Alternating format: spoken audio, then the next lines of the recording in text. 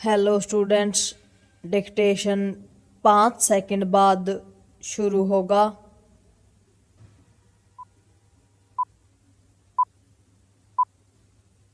Start.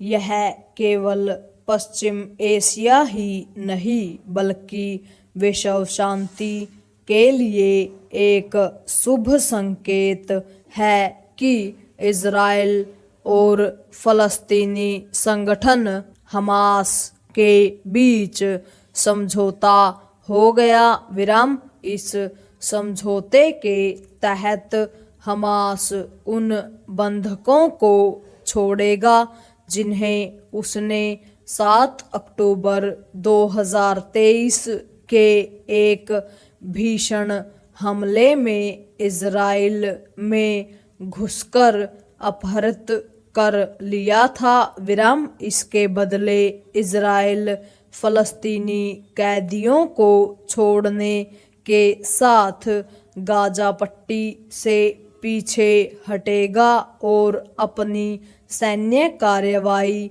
रोकेगा। विराम। इस समझौते के 3 चरण हैं। विराम। समझौता पूरी तरह तभी लागू हो पाएगा जब पहले और दूसरे चरण को पूरा करने में सफलता मिलेगी। विराम। देखना यह है कि ऐसा हो पाता है या नहीं। विराम।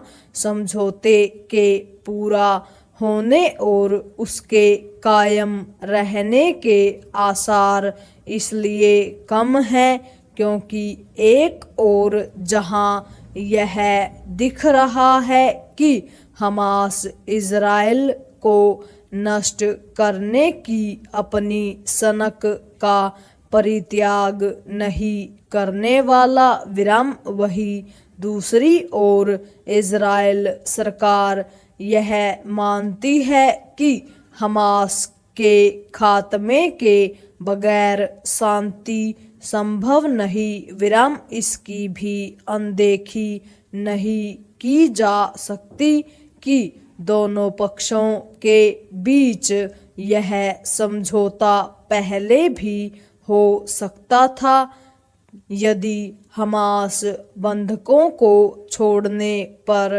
राजी हो जाता, लेकिन वह इज़राइल पर कठोर शर्तें थोपता रहा। विराम। हमास की इस जिद के चलते गाजा पट्टी के 46,000 से अधिक लोग मारे गए और लाखों को पलायन के लिए विवश होना पड़ा। विराम। पैरा। यह मानने के अच्छे भले कारण हैं कि यह समझौता इसीलिए हो सका क्योंकि डोनाल्ड ट्रंप अमेरिकी राष्ट्रपति बनने जा रहे हैं और वह हर हाल में दोनों पक्षों के बीच समझौता होते देखना चाहते थे। विराम। अच्छा होता कि ऐसी ही प्रतिबद्धता राष्ट्रपति जो बाइडन दिखाते। विराम। वह शांति और समझौते की बात तो करते रहे लेकिन न तो हमास पर दबाव बना सके और न ही उसे समर्थन देने वाले कतर पर। विराम। बाइडन इज़राइल पर भी इसके लिए कोई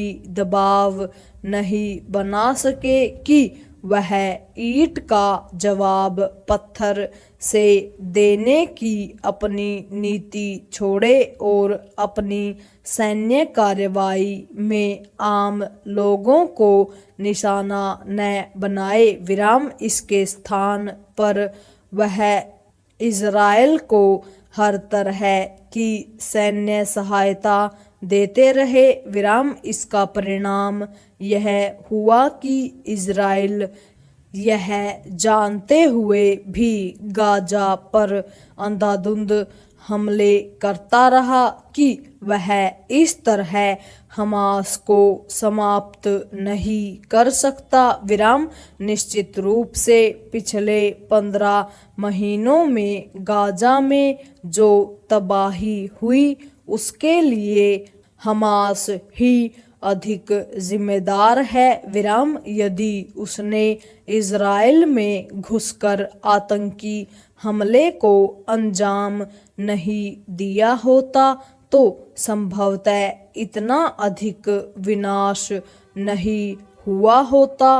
विराम चिंताजनक यह है कि समझौते के बाद भी हमास और इज़राइल के बीच अविश्वास दिख रहा है। विराम यह स्थिति कभी भी समझौते के भंग होने का कारण बन सकती है। विराम इसलिए यह आवश्यक है कि सभी पक्ष यह सुनिश्चित करें कि ऐसा न होने पाए। पूर्ण विराम।